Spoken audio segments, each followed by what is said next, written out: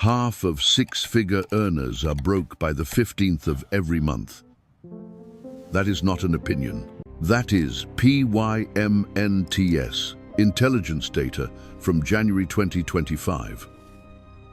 Roughly 50% of Americans earning over $100,000 a year live paycheck to paycheck. They have the income. They do not have the walls. 3,000 years ago, Solomon walked past a vineyard owned by a wealthy man. Good soil, reliable water, perfect location. And the vineyard was destroyed, overgrown with thorns. Stone walls collapsed, harvest rotting on the ground. Solomon did not blame the weather or the economy. He pointed at the broken walls. That is why this man is poor, not because he lacked resources, because he lacked structure. Nate is 36. Operations manager at a logistics company in Charlotte. Household income, $158,000 combined with his wife, Chloe. Two kids. Mortgage at $2,600 a month. Daycare at $2,100. On paper, upper middle class. In practice, $900 in savings. And a knot in Nate's stomach every time the car makes a new sound. Nate does not have an income problem. He has a wall problem, and by the end of this video, you will know exactly which four walls. Solomon said, you must build before you earn another dollar. And which wall almost nobody in America ever builds at all. But first, the wall Solomon warned about most, it is not the one you think. Solomon's Vineyard, parable in Proverbs chapter 24, is not a story about laziness. The man owned the vineyard. He had the asset, the land, the opportunity. What he did not have were walls. In the ancient world, a vineyard without stone walls was a buffet for foxes, goats, thieves, and weather. The walls were the difference between harvest and famine. Solomon looked at that crumbling property and said, yet a little sleep, a little slumber, a little folding of the hands to sleep, so shall thy poverty come as one that travelleth, and thy want as an armed man. Poverty did not sneak up on this man. It arrived like an armed robber. And the robbery started the moment the walls came down. Here is the thesis. Your income is not your wealth. Your walls are your wealth. Income without walls is a vineyard without stone, open to inflation, lifestyle creep, medical emergencies, layoffs, and divorce. Today we build those four walls, one ancient proverb at a time. In the house of the wise are stores of choice food and oil, but a foolish man devours all he has. Proverbs 21, verse 20. The fool is not poor. The fool devours. That verb matters. Everything that comes in gets consumed. Nothing remains. Nothing compounds. This is wall one, the wall of margin. And it is the wall that collapsed first for Nate and Chloe. When Nate earned $52,000 at 24, they spent $51,000. When he earned $80,000 at 30, they spent $78,000. When their combined income crossed $158,000, spending followed it past $152,000. The gap never grew. It just stayed thin enough to ignore, until a restructuring notice landed in Nate's inbox on a Wednesday in February. Between 2020 and 2024, nominal wages rose roughly 22%. Inflation rose about 19%, according to Bureau of Labor Statistics data. Real purchasing power gain, approximately 3% across 4 years. That is not a raise. That is a rounding error. The wall of margin means one rule. Income must exceed expenses by at least 20%. That margin is not savings, it is not investment. It is the wall itself, the structural gap that makes every other financial decision possible. Without margin, every unexpected cost becomes debt.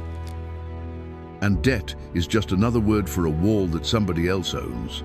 Now, here is what 50% of six-figure earners never build. And it is not savings. It is something older. Go to the ant. Thou sluggard, consider her ways, and be wise. Which having no guide, overseer, or ruler, provideth her meat in the summer, and gathereth her food in the harvest. Proverbs 6, verses 6 through 8.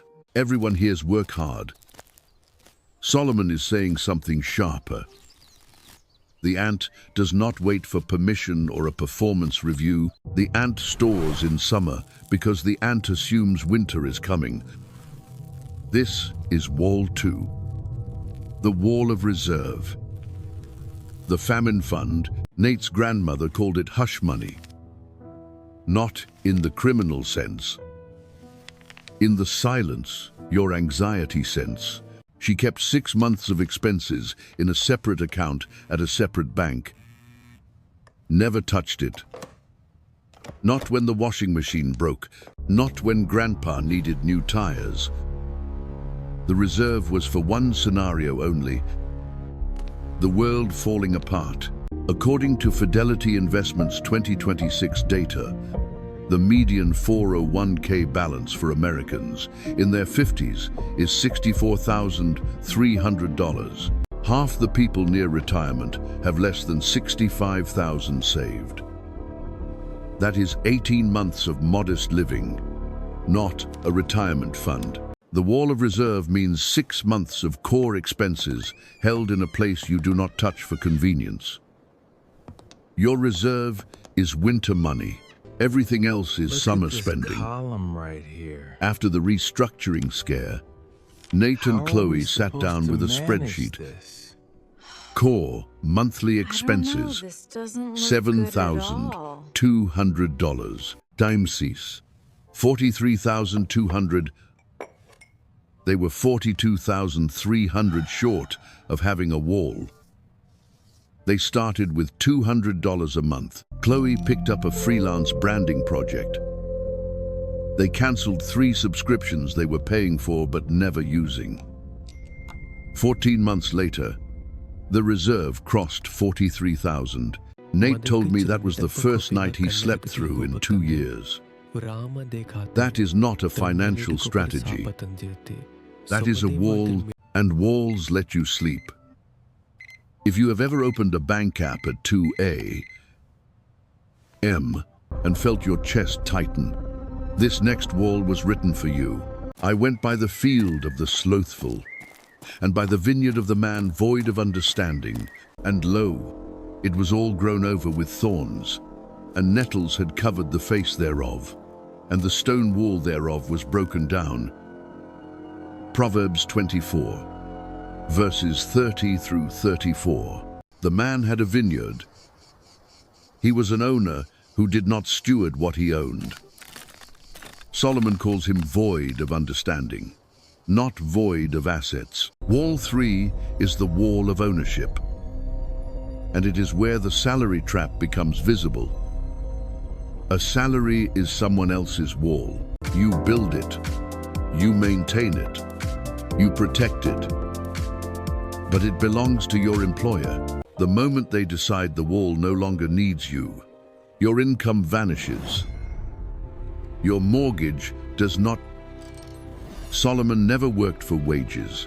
He built trade routes, commissioned merchant fleets, and established alliances with King Hiram of Tyre and the Queen of Sheba.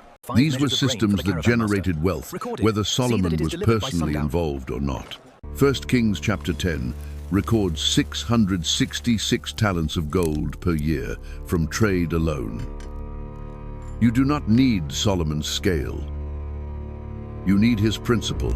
Own at least one asset that produces income independent of your daily labor. For Nate, it started with Chloe's freelance branding work. 3 clients became 8. 8 became a monthly retainer model. Within 2 years, that side operation generated $3,100 a month. Not enough to replace Nate's salary, enough to replace the mortgage. And the moment one major expense is covered by an ownership asset, the employer no longer holds total power. Nate's neighbor, Frank, 58, recently went through what financial planners call a gray divorce. Lost 40% of his home equity in the settlement. Frank had income and a good job. What he did not have was any asset outside that house and that salary. When the marriage ended, every wall fell at once. Frank is renting a 1-bedroom apartment at 58, rebuilding from close to zero. Solomon did not say work harder. He said build your vineyard. Your vineyard, not someone else's field. A good man leaveth an inheritance to his children's children. Proverbs 13, verse 22. Not his children. His children's children. 2 generations forward. This is Wall 4. The wall of legacy.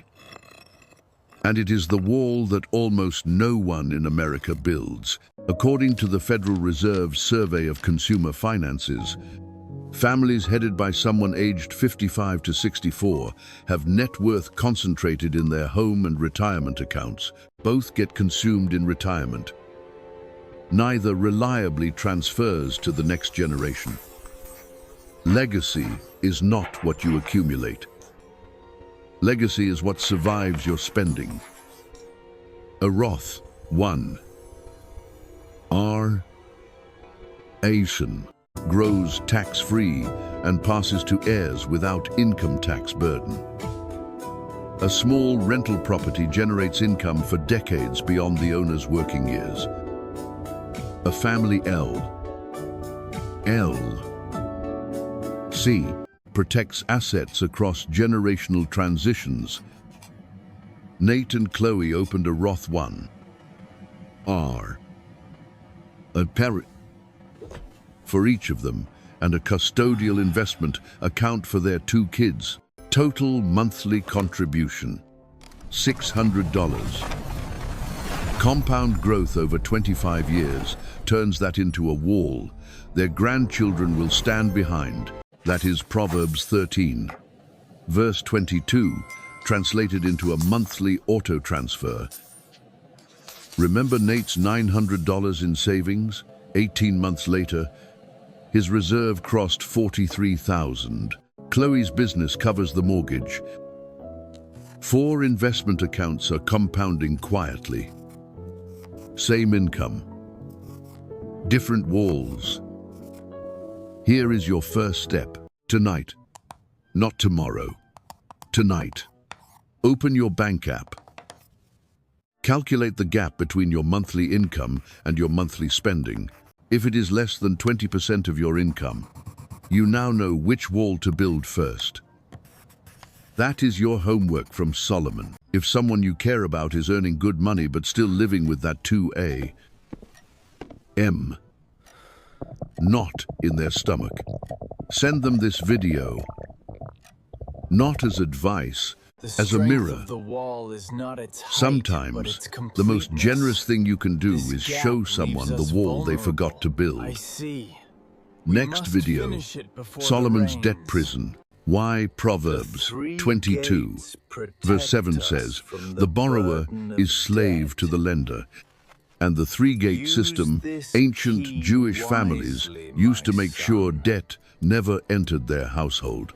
Subscribe now so you do not miss it. Educational content only, not financial advice. We explore ancient texts as financial literature, not religious instruction.